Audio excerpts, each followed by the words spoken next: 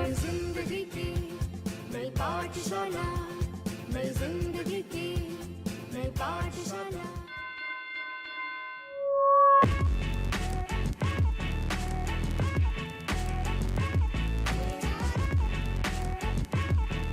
Hello बच्चों, good morning. मेरा नाम Sharmistha Mandal, project girls +2 high school Potka की शिक्षिका हूँ। मैं आज आपको क्लास 12th की मैथ की एक चैप्टर डिटर्मिनेंट्स के बारे में पढ़ाने जा रही हूँ। ठीक है।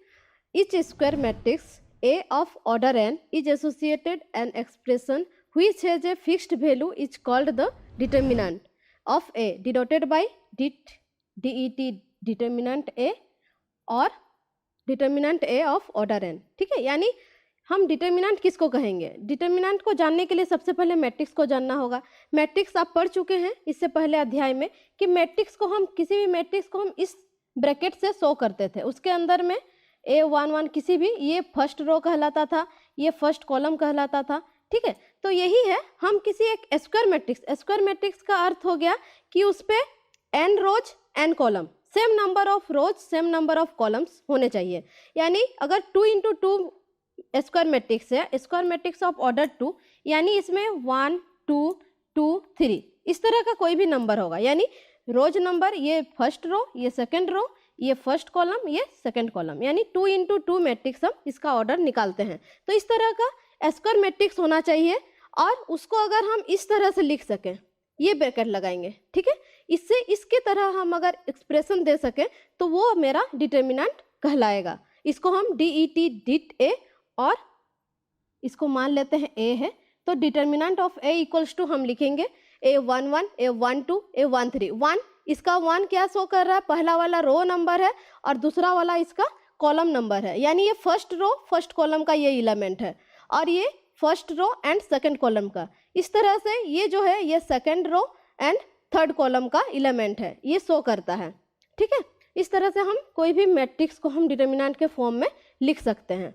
अच्छा, और एक चीज़ है, ये मैट्रिक्स से अलग इसलिए भी है कि ये स्क्वायर मैट्रिक्स तो होता ही है। चलिए, इसके साथ साथ यहाँ पर जो हम लिखे हैं हैज ए फिक्स्ड वैल्यू, यानी इसका एक फिक्स्ड वैल्यू निकलता है। मैट्रिक्स में इस तरह का कोई फिक्स वैल्यू नहीं होता था, लेकिन हम अगर इसमें सेकंड ऑर्डर का हो, थर्ड ऑर्डर का हो, किसी भी डिटर्मिनेंट का हम एक कोई निश्चित वैल्यू निकाल सकते हैं। चलिए, अब इसके बाद पढ़ते हैं माइनर के बारे में। यहाँ से आपको माइनर या कोफैक्टर करके कोई भी 2 क्वेश्चन आ जाता है, 1 नंबर ईच करके 2 क्वेश्चन रहेंगे। तो सबसे पहले माइनर को जानते हैं। माइनर क्या है? The minor of an element Aij। Ij means I हो गया आपका रो, इसमें जो आई है ये रो को एक्सप्लेन कर रहा है और जो जे है ये कॉलम। ठीक है, Aij, ए यानी कोई एलिमेंट है ith रो एंड जो jth कॉलम का। In determinant A is defined as the value of the determinant obtained by deleting ith row and jth column of determinant A and it is denoted by Mij। अब बच्चों, minor किसको कहेंगे हम? कि अगर हम कोई भी एक एलिमेंट लेते हैं किसी भी, चलिए इसी में हम लेते हैं एक एलिमेंट ले लेते हैं, मान लेते हैं ये 2 × 2 का एक डिटर्मिनेंट है। ठीक है, अब इस डिटर्मिनेंट को हम इस तरह से शो करेंगे। अब इसमें A11 A12 A21 and A22, ये 2 × 2 का डिटर्मिनेंट हो गया। अब इस डिटर्मिनेंट में हम जब माइनर निकालने जाते हैं तो हर एक एलिमेंट का अलग अलग माइनर निकलता है। जैसे इसमें कितने टोटल 1 2 3 4 एलिमेंट है, तो हमारे माइनर भी 4 ही होंगे। अच्छा, अगर हम इस एलिमेंट का सबसे पहले माइनर निकालते हैं तो इसमें क्या बोल रहा है? जैसे कि डेफिनेशन में बोला गया है, माइनर निकालने के लिए आपको जिस एलिमेंट का निकाल रहे हैं उसका ith row and jth column को हम डिलीट कर देंगे। उसके बाद जो एलिमेंट बचेगा वो उसका माइनर हो जाएगा। जैसे A11 का हम माइनर निकाल रहे हैं, तो A11 का माइनर निकालने के लिए हम क्या करेंगे? इसको हटा देंगे और इसका 1 row first row and first column को हटा देंगे। बचा कौन? A22, यानी ये हो जाएगा इसका माइनर। इस तरह से जब हम A12 का निकालते हैं, A12 का जो समय निकालेंगे तो हम फर्स्ट रो को हटा देंगे, डिलीट कर देंगे और सेकंड कॉलम को डिलीट कर देंगे, तो बचेगा मेरा ये वाला नंबर बचेगा। ठीक है, A21। A21। इसी तरह से जब A21 का हम निकालेंगे, A21 का निकालेंगे तो ये second row and first column को हम डिलीट कर देंगे, तो बचेगा मेरा ये नंबर, ये हो जाएगा A12। इस तरह से A22 का जिस समय निकालेंगे, इसका सेकंड रो को हम हटा देंगे, बचेगा A11, ये उसका माइनर निकल जाएगा। ठीक है, इस तरह से क्वेश्चन जब भी आएगा आप लोगों का, एक नंबर सिर्फ माइनर निकालने का ही दे देगा, जैसे कि आप नॉर्मली इस तरह से निकाल सकते हैं। ये 2 × 2 का माइनर निकालना बहुत ईजी है। जनरली जब आप इसको कर रहे हैं, इसके सामने वाला को क्रॉस मल्टीप्लिकेशन कर दीजिए ईजी तरीके से। इसका ये वाला होगा, इसका हो जाएगा ये वाला, इसका ये, और इसका हो जाएगा ये। ठीक है, इस तरह से आपस में ये इंटरचेंज हो जाते हैं। ये माइनर निकाल दिए। अब इसको हम क्या करते हैं, MI से डिनोट करते हैं। यानी अगर A11 हम लिख रहे हैं तो यहाँ पे A11 नहीं लिख के हम डायरेक्ट लिखेंगे M11, यानी minor of element 11, first row and first column का जो हो जाएगा, उसका एलिमेंट हो जाएगा A22। अब इसको हम जब माइनर में एक्सप्लेन करेंगे, उसमें हम दिखा देंगे इसको A22, ए हो जाएगा 1 2 के जगह में क्या आ गया है 2 1, और 2 1 के जगह में 1 2, A12, और यहाँ पर हो जाएगा A11। इस तरह से ये हो जाएगा मेरा माइनर ऑफ इस डिटर्मिनेंट का हम वो माइनर निकाल लिए हैं। अब माइनर के बाद है कोफैक्टर। कोफैक्टर क्या होता है, the cofactor Cij of an element Aij is defined as Cij equals to -1 to the power I plus j into Mij। अब माइनर के बाद हो जा रहा है कोफैक्टर। कोफैक्टर निकालने के लिए हम क्या करेंगे, सबसे पहली बात है हमको माइनर चाहिए। यहाँ देख रहे हैं, ये इस फॉर्मूला का हम यूज करेंगे। इसमें सबसे पहले हमको Mij निकालना पड़ेगा। ठीक है, उसके बाद -1 to the power I plus j। अब चलिए इसी का हम Cij निकालते हैं। इसके लिए हम क्या करेंगे, सबसे पहले M11 हम निकाल चुके हैं। ठीक है, M11 मेरा क्या था A22। अब Cij यानी I का जगह में हम यहाँ पर जो I है ये रो है और J ये कॉलम है। ठीक है, तो हम C11 यानी cofactor of element first row and first column, that is A11 का हम C निकाल रहे हैं, कोफैक्टर निकाल रहे हैं। इसके लिए हम क्या करेंगे, सबसे पहले यहाँ पर जैसा कि इक्वेशन में दिया है -1 लिख देंगे। उसके ऊपर में I plus j, I क्या है रो है और J कॉलम है। तो यहाँ पर I मेरा क्या है, रो है फर्स्ट रो और कॉलम भी है फर्स्ट। तो -1 to the power 1 plus 1 और फिर यहाँ पर M11 लिख दिए। अब -1 का क्या हो जाएगा, 1 plus 1 स्क्वायर हो जाएगा M11। अब -1 का स्क्वायर क्या हो जाएगा, प्लस हो जाएगा, और M11 मेरा क्या है A22 यानी कि A22। इस तरह से अगर कोफैक्टर, इस एलिमेंट का कोफैक्टर निकल जाएगा A22। ठीक है, इसी तरह से जब हम C12 का निकालते हैं, C12 यानी cofactor of first row and second column, यानी इस एलिमेंट का हम कोफैक्टर निकालेंगे। तो इसी तरह से हम करेंगे, -1 to the power क्या हो जाएगा, I के जगह में यहाँ पर 1 है तो 1 लिखेंगे, प्लस J के जगह में क्या है 2 है, तो यहाँ पर हम लिख देंगे 2, 1 + 2 एंड मल्टीप्लाई हो जाएगा M12। ठीक है, अब -1 to the power 3। अब -1 को 3 बार मल्टीप्लाई करेंगे तो जनरली यहाँ पर क्या आएगा, यहाँ पर लिख देते हैं पहले M12, ये हो जाएगा माइनस। अब M12 क्या है, M12 यानी कि ये वाला M12, इसको हम A12 नहीं करके माइनर ऑफ A12 मेरा A21 है, तो यहाँ पर -A21 इस तरह से निकाल लेंगे।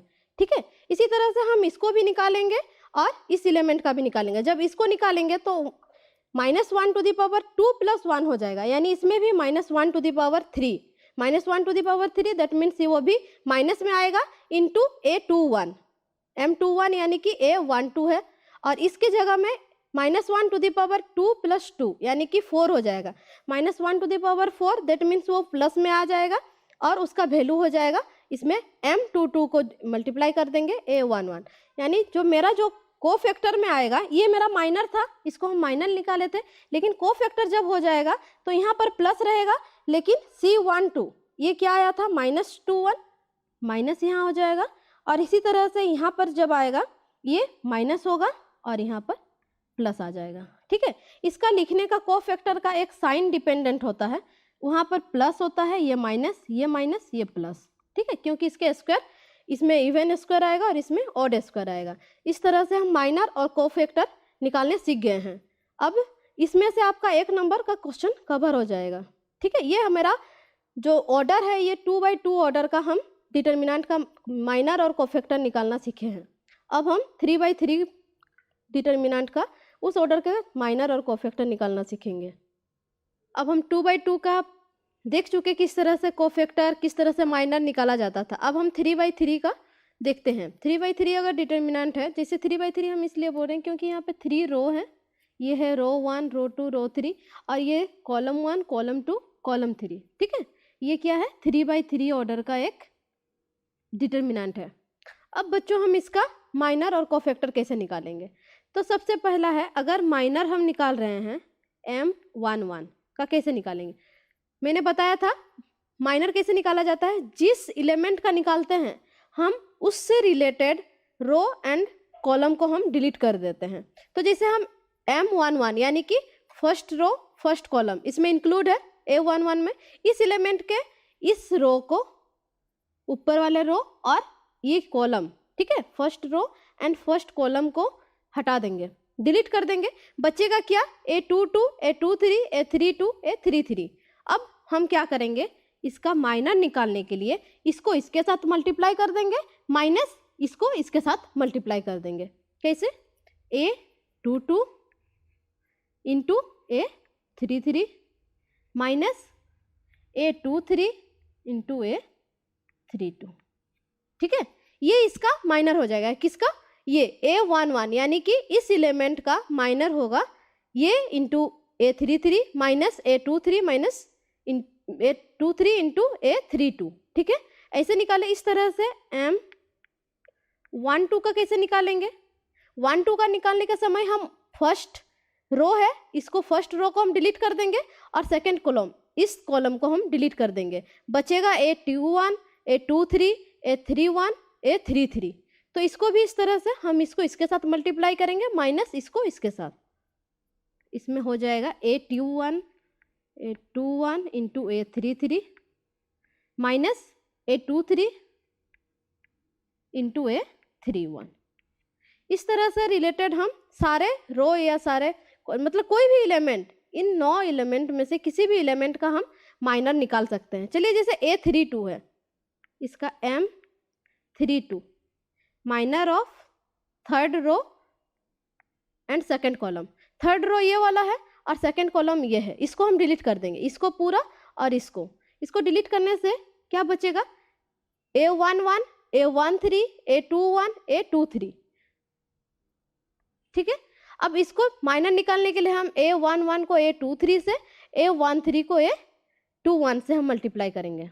तो हो जाएगा A11 into A23 minus A13 into A21।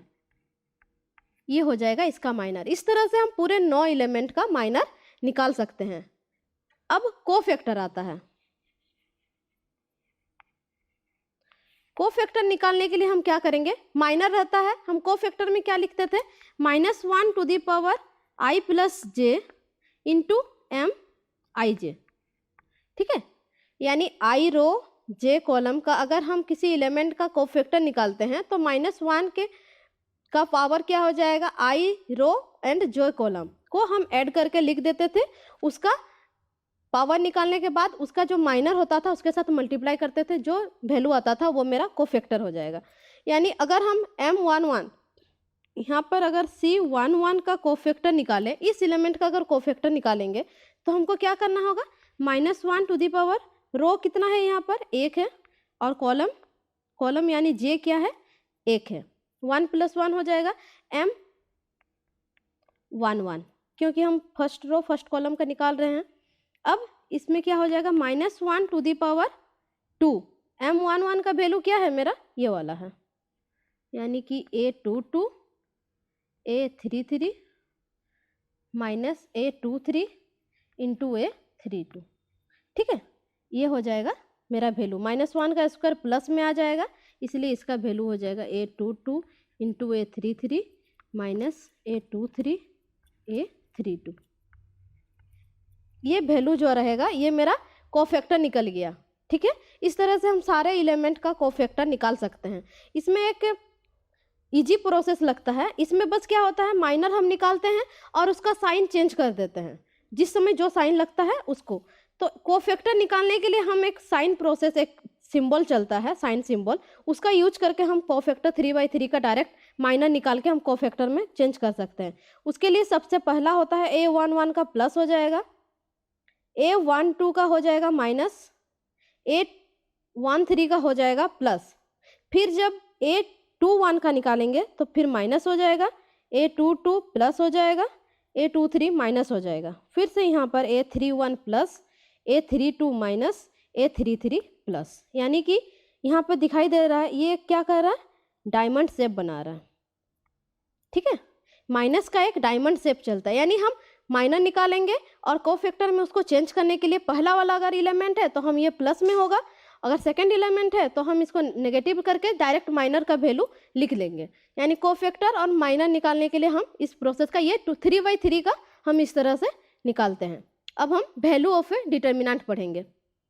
ठीक है, जैसा कि कोफैक्टर और माइनर निकाल लिए हैं तो मेरा उसी आधार पर डिटर्मिनेंट का वैल्यू भी निकालेंगे। तो सबसे पहला आता है ऑर्डर 1। अगर कोई भी डिटर्मिनेंट है फर्स्ट ऑर्डर का, फर्स्ट ऑर्डर मीन्स उसमें सिर्फ एक एलिमेंट होगा, जैसे कि A। अगर फर्स्ट ऑर्डर का डिटर्मिनेंट का वैल्यू हम निकालेंगे तो इसका जो भी एलिमेंट दिया हुआ है सेम वही एलिमेंट उसका वैल्यू हो जाता है, इज इक्वल्स टू A।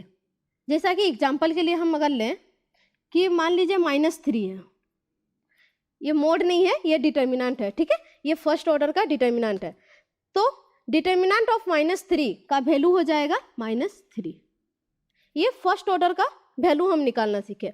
अब मान लीजिए वहीं पर ऑर्डर 2 रहेगा, यानी सेकंड ऑर्डर का हम वैल्यू कैसे निकालेंगे डिटर्मिनेंट का। जैसे कि इसमें मान लीजिए एलिमेंट ले लेते हैं A11, A12, A21, A22।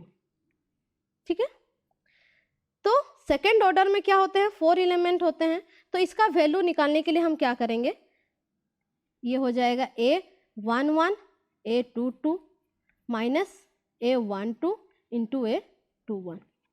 यानी इसको इसके साथ मल्टीप्लाई करेंगे माइनस इसको इसके साथ मल्टीप्लाई करेंगे, जो वैल्यू आएगा वो मेरा हो जाएगा सेकेंड ऑर्डर का डिटर्मिनेंट का वैल्यू।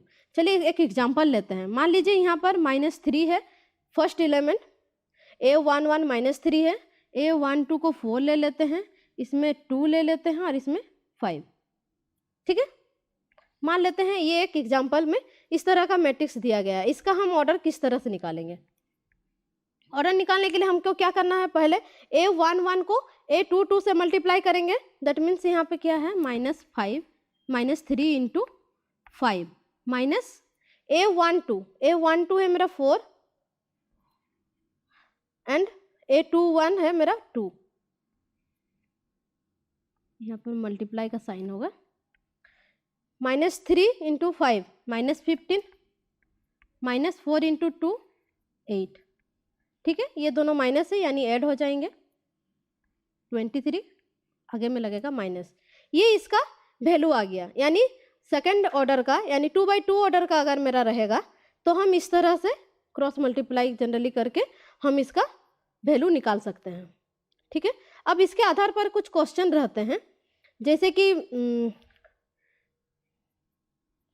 एक क्वेश्चन लेते हैं कि जैसे रहेगा 2x इंटू 3 5 1 इक्वल्स टू मान लेते हैं 4 है, तो हमको इसमें रहेगा find the value of x।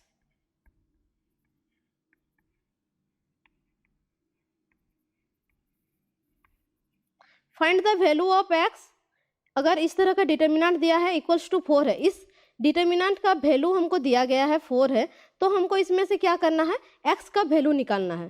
तो इसके लिए हम क्या करेंगे, सबसे पहले हम डिटर्मिनेंट का वैल्यू निकालने के लिए हम जानते हैं A11 इंटू A22 होता है, तो इसमें 2x into 1 minus 3 into 5 is equals to 4। 2x into 1 2x हो जाएगा, minus 3 into 5 15 is equals to 4। तो x का वैल्यू क्या हो जाएगा, x इक्वल्स टू ये 4 इधर रहेगा, 15 को इधर ले जाएंगे प्लस हो जाएगा 15 डिवाइडेड बाय 2x है, नीचे में आ जाएगा 2 इक्वल्स टू हो जाएगा 19 डिवाइडेड बाय 2। ठीक है, ये मेरा x का वैल्यू आ जाएगा। इसमें ऐसा है कभी कभी इसका डायरेक्ट पूरा ही वैल्यू आ जाता है। तो इस तरह से अगर कोई क्वेश्चन रहता है, इसमें x रहे y रहे कुछ भी रहे, हम इसमें से इसको वैल्यू निकालने के बाद अगर इसका वैल्यू दिया गया है तो जो भी अनडिफाइंड जो वैल्यू रहेगा वेरिएबल उसका हम मान निकाल सकते हैं। ये भी कभी कभी क्वेश्चन आप लोगों का 1 नंबर के लिए पूछ सकता है। या इसमें हम क्या करते हैं, डायरेक्ट इसका वैल्यू निकालने का फॉर्मूला यूज करते हैं और इसका वैल्यू निकाल के x का मान निकाल सकते हैं।